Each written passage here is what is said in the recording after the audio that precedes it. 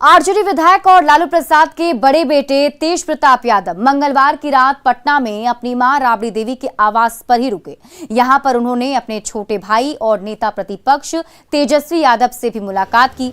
बताया जा रहा है कि राबड़ी देवी से तेज प्रताप ने कई मुद्दों पर बातचीत की। आपको बता दें कि तेज प्रताप ने हाल ही में पार्टी से इस्तीफा देने की बात कही थी, जिसको लेकर यह मुलाकात काफी अहम है। हालांकि इस बात से अभी पर्दा नहीं उठ पाया है कि तेज प्रताप यादव मान गए हैं, लेकिन सूत्रों से मिली जानकारी के मुताबिक राबड़ी देवी ने तेज प्रताप यादव के आक्रोश को अपनी आंचल की छांव से खत्म कर दिया है।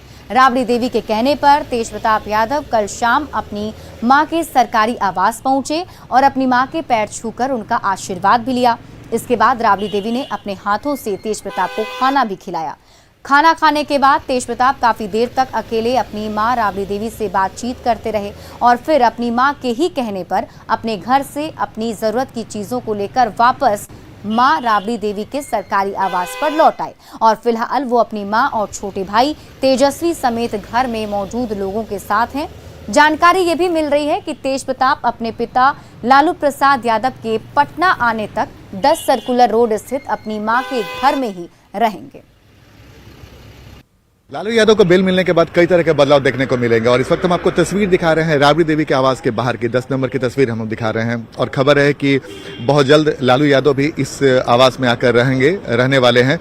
और उसके पहले एक अच्छी खबर यह है कि पूरा लालू परिवार अब एक साथ एक घर में दिखेगा। तेज प्रताप यादव भी यहाँ पर आकर रह रहे हैं और तेजस्वी यादव पहले से यहाँ रहते हैं, राबड़ी देवी भी यहीं रहती हैं। अब लालू यादव आएंगे तो पूरे परिवार जब एक साथ दिखेगा तो एक अच्छा माहौल देखने को मिलेगा।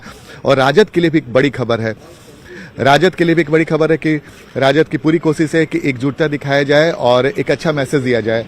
तो तेज प्रताप यादव हो, तेजस्वी यादव हो, राबड़ी देवी हो, लालू यादव जब एक घर में रहेंगे तो एक अच्छा मैसेज पहले से ही चला जाएगा और ये मैसेज चला भी गया है, क्योंकि कल देर रात राबड़ी देवी के आवास में तेज प्रताप भी आकर रहने लगे हैं और लालू यादव के आने के पहले पूरा परिवार में एकजुटता कई तरह के संकेत देगा। और जाहिर सी बात है राजद के लिए भी बेहद उत्साह वाली खबर है कि राजद अब पूरी ताकत से और पूरी शक्ति से अपने आगे की रणनीति बनाएगा। लेकिन उसके लिए अच्छी बात है कि जब पूरा परिवार एक साथ दिखेगा तो इसका संदेश पूरे बिहार में भी जाएगा। कैमरामैन मनीष जुनेजा के साथ आनंद अमृतराज, न्यूज 18 नेटवर्क, पटना। लालू यादव के बड़े बेटे तेज प्रताप यादव अपने सरकारी आवास पर कल तक रहते थे, लेकिन अब 10 सर्कुलर रोड जो राबड़ी देवी का आवास है वहां शिफ्ट कर गए हैं। तेज प्रताप के आवास से देखिए संवाददाता रवि एस नारायण की रिपोर्ट। आवास है तेज प्रताप का जो 2M स्टैंड रोड में अवस्थित है।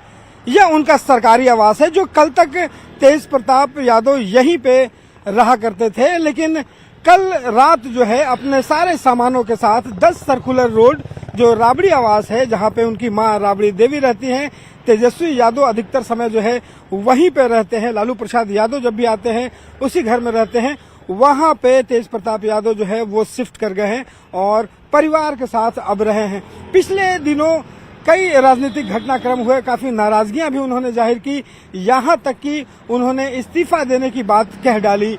लेकिन उसके बाद जिस ढंग से आरोप लगे मार पिटाई करने के उसके कार्यकर्ताओं के द्वारा लगे, तमाम बातों से इतना नाराज हुए कि उन्होंने ये कह दिया कि इस्तीफा दे देंगे। लेकिन जो जानकारी मिली है उसके मुताबिक लालू प्रसाद यादव जो उनके पिता हैं उन्होंने कहा है कि परिवार के साथ रहने के लिए, और यही नतीजा है कि तेज प्रताप यादव अपने तमाम सरकारी आवास से सामानों के साथ 10 स्टेम रोड जो है 10 सर्कुलर रोड वहां पे शिफ्ट किया है और अब राबड़ी देवी और भाई तेज प्रताप के साथ ही वहां पे रहेंगे। कैमरा पर्सन मनीष जुनेजा के साथ रवि एस नारायण, न्यूज 18 पटना। जैसे जैसे भारत में वाटर कंजर्वेशन सॉल्यूशन की तरफ लोगों का ध्यान बढ़ना शुरू हुआ, वैसे ही फेकल स्लज मैनेजमेंट की समस्या ने अपना सर जोरों से उठाया। क्या है FSM? आइए देखते हैं काली बिलौड में एक नए प्लांट को, जो भारत में सबसे पहला रूरल FSM प्लांट है। मिशन पानी की एक report.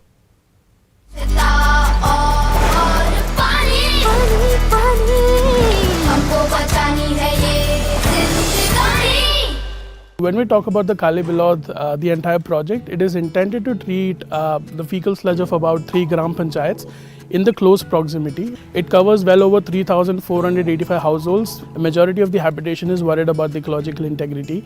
So at WaterAid we've actually ensured that this particular plant is scientifically designed, where we'd considered the BOD and COD levels as well. So BOD is the biological oxygen demand and COD is the chemical oxygen demand. So we regularly check both of these levels of the output of the water on a regular basis.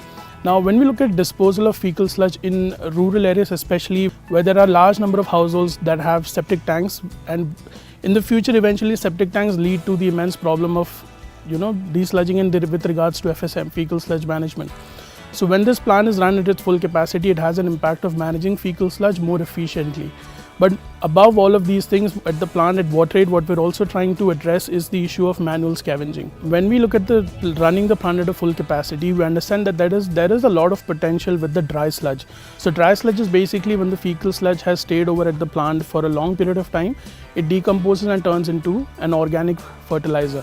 So we use the dry sludge as an organic fertilizer, or you could say like a co-product for composting organic water. We can also use it in terms of incinerating of plants as well. मुझे लगता है कि ये भी एक SBM की तरह बड़ा एम्बिशियस प्रोग्राम है और जिसमें कम्युनिटी इन्वॉल्वमेंट बहुत ही आवश्यक रहेगा।